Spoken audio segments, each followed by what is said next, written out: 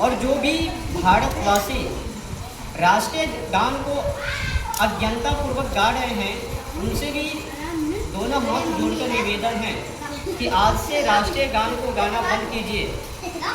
ये देश का राष्ट्रीय गान नहीं है।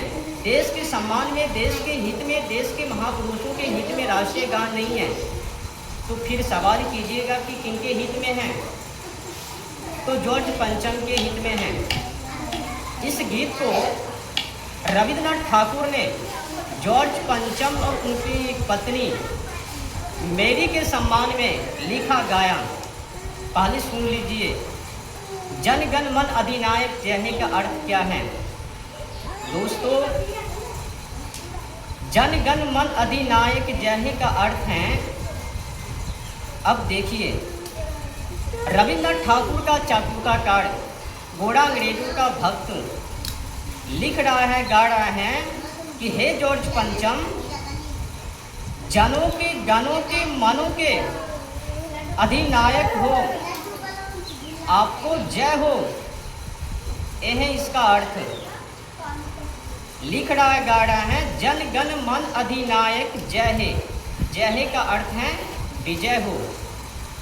तो उसी की सम्मान में जॉर्ज पंचम और उनकी पत्नी मैरी के सम्मान में रविंद्रनाथ ठाकुर लिख रहा, गा रहा है कि हे जॉर्ज पंचम, आप तो यहाँ के जनों के गणों के मनों के अधिनायक हो, आपको जय हो। फिर देखिए चाटुकार रविंद्रनाथ ठाकुर जी का आगे पंक्ति की लाइन में लिख रहा है, भारत भाग्य विधाता। अब देखिए बड़े कमाल की बात, जिस बातों को कोई भगवान से भी नहीं कहता है, उस बातों को आज जॉर्ज पंचम घोड़ा अंग्रेज के सम्मान में, जॉर्ज पंचम के सम्मान में रविंद्रनाथ ठाकुर लिख रहा, गा रहा है, भारत भाग्य विधाता। माने कि हे जॉर्ज पंचम, आप तो भारत का भाग बनाने वाला, यहाँ के देशवासियों का भाग बनाने वाला विधाता हो। फिर आगे की पंक्ति लाइन में लिखता है, पंजाब सिंध गुजरात मराठा द्राविड़ उत्कल बंग विंध्य हिमाचल यमुना गंगा उच्छल जलती तरंग तब शुभ नामे जागे तब शुभ आशीष मांगे।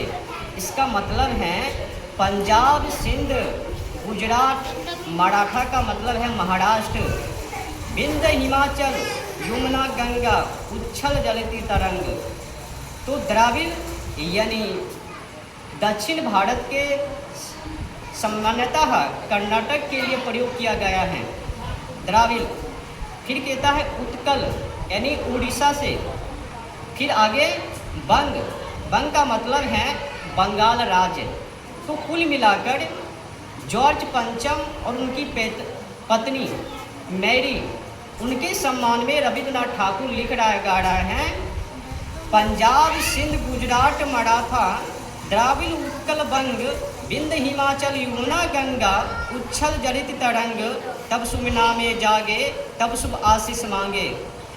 तो अब समझिए, जिस भी क्षेत्रों को घोड़ा अंग्रेज ने गुलाम बनाकर रखा, वहाँ के वासियों को, निवासियों को शोषण किया, तड़पाया, कष्ट दिया, लूटा। अब ये रविंद्रनाथ ठाकुर क्या लिख रहा है कि आप जिस भी क्षेत्रों को गुलाम किया, उस क्षेत्र के वासी आपसे सिर नवाकर गाथा गाते हुए नमन करता है, तब शुभ नामे जागे। आपका शुभ नाम गुणगान कर रहे हैं, गाथा गा रहे हैं। फिर आगे की पंक्ति लाइन में लिखता है, गाहे तब जय गाथा जनगण मंगल जय है। आपका मंगल हो, आपका विजय हो, आपको जय हो।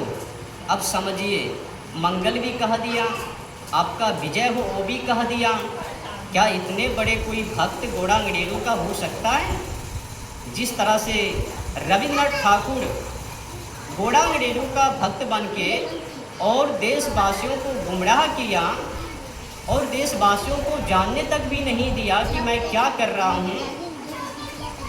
फिर देखिए, आगे पंक्ति लाइन में क्या लिखता है, फिर वही बात को दोहराता है, भारत भाग्य विधाता, यानी भारत का भाग बनाने वाला विधाता।